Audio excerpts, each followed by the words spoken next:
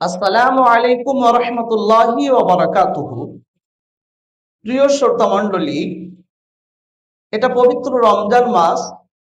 রমজান মাসে সমস্ত মুমিনগণ, মুসলমান ভাইরা আল্লাহ তাবারক ওয়া তাআলার বিশেষভাবে ইবাদত ও বন্দেগী করে, রোজা পালন করে, তারাবির নামাজ আদায় করে।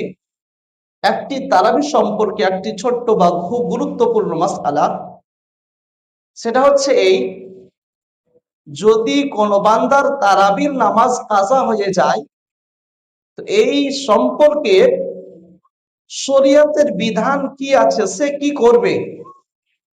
তো মনে রাখবেন, যদি তারাবির নামাজ কোনো কারণে কাজা হয়ে যায়, তো এর কাজা নাই। সুতরাং তার সত্ত্বেও যদি কোনো বান্দা তারাবির নামাজ কাজা আদায় করে, তো সেটা তারাবি নয়, বরং নফল বলে গণ্য হবে। নফলের সে সওয়াব পাবে।